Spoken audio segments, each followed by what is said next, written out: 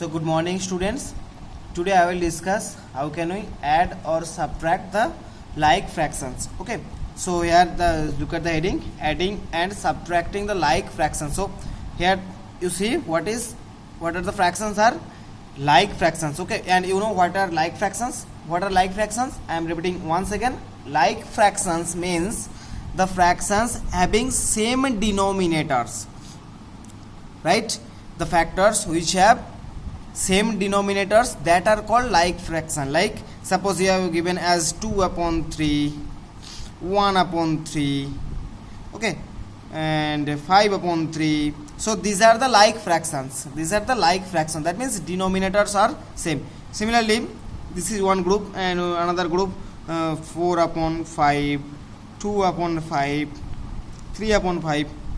So this group also, these are the like fractions. So because here denominators are same, so when denominators are same, then the factors are called like fractions. Okay, now here we will learn how can we add or subtract like fractions. Okay, and see the process. The process is same for if you have given 2 fractions or 3 fractions, whatever. Okay, processes are same. So see the process carefully. First, I am writing the formula. Formula is addition of like fractions is equals to, we have to do the addition. So look at the formula first.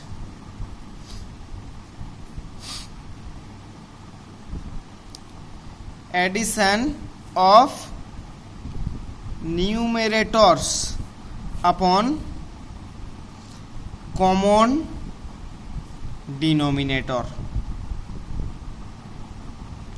So see the formula carefully.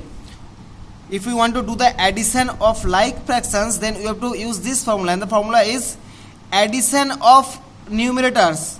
Okay, numerators, that means all the numerators. Addition of numerators upon common denominator.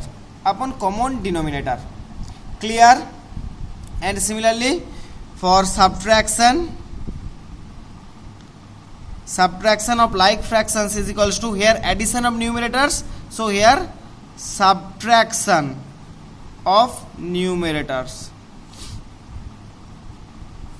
upon common denominator.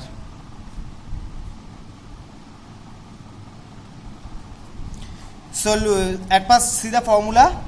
If I will show you some example, then you have a clear idea.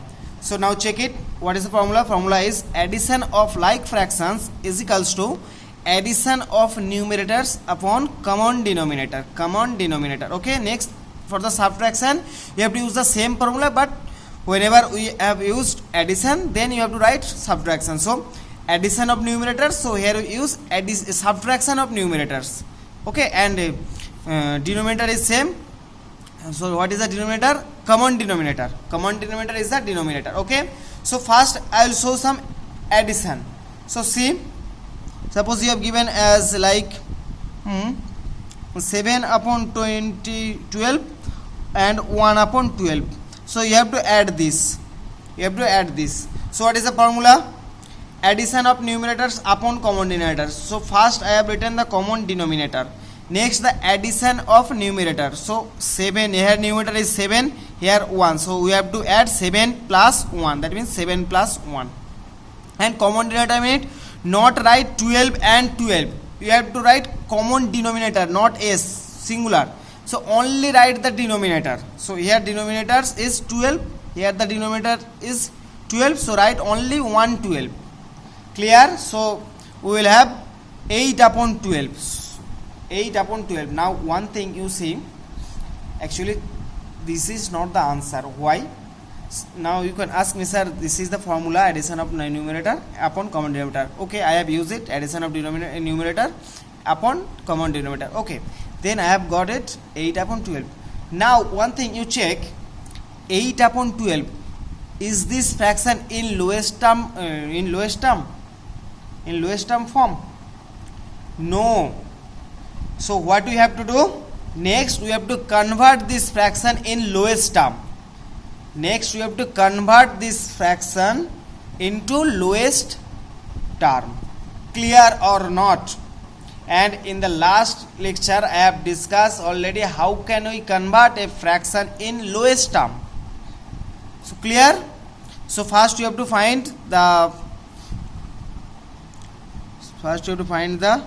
HCF of 8 and 12. So 2 4 2 2 and 12 means 2 6 2 3. So HCF is equals to 2 into 2 is equals to 4. So here you have to divide 8 and 12 with 4. So what is the answer? 4 2s are 8, 4 and 4 3s are 12. So 2 upon 3, this is our required result or this is our answer. Clear or not? Tell me. Understand or not? Understand? So see, first you have to add this or you have to use this formula, addition of numerators upon denominator. Next what you have to do? Next you have to convert the addition or you have to convert the result into lowest term. And what you have to do for the lowest term? First you have to calculate the HCF of numerator and denominator. Then you have to divide both the numerator and denominator with the HCF, and the result or the resultant fraction must be our required result. Clear? Another example. I will give another example. Don't worry. Suppose 7 upon 15 plus 8 upon 15. It is given as 7 upon 15, 8 upon 15. Okay, so what you have to do?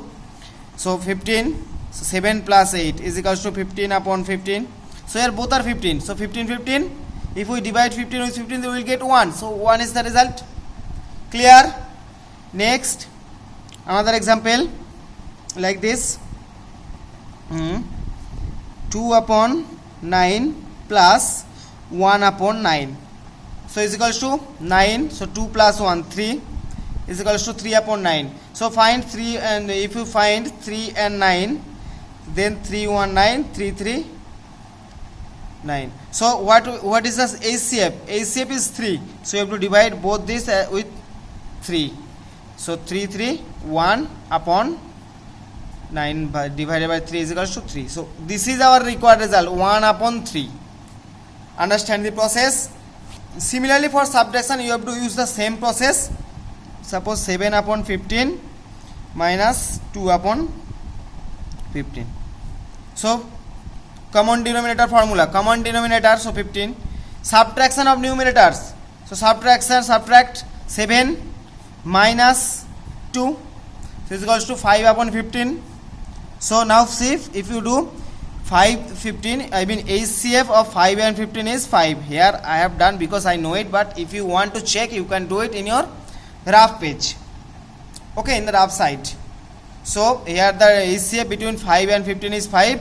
So you have to divide both with 5. So we will get 5 1 of 5 and 5 3. So the answer is 1 upon 3. Clear? Another example, I can give another example. Suppose 6 upon 8, not 8, 6 upon 7. Achha, 6 upon 7 minus, achha, not 6 upon 7. Achha, 5 upon 7 minus 2 upon 7. So is equals to 7. 5 minus 2 is equals to 3 upon 7. So here you see there is no common factor. There is no common factor between 3 and 7. That means the fraction is already in lowest term. So this is our result. That means after the addition or after the subtraction, suppose I am giving another addition, 2 upon 3 plus, not 2 upon 3, 2 upon 5 plus 1 upon 5 is equals to 5. 2 plus 1 is equals to 3 upon 5. So here if you if you got the result like this, or that means the resultant fraction is in lowest term. If the resultant fraction is in lowest term, then you don't need to do anything. So that must be the result, or that must be the required answer. Clear? But if there is any common fraction between numerator and denominator, then you have to convert this fraction into lowest term first, then that will be our required result. So clear the process and clear the formula. I hope now you can understand and you can do it the homework. Okay students, so thank you.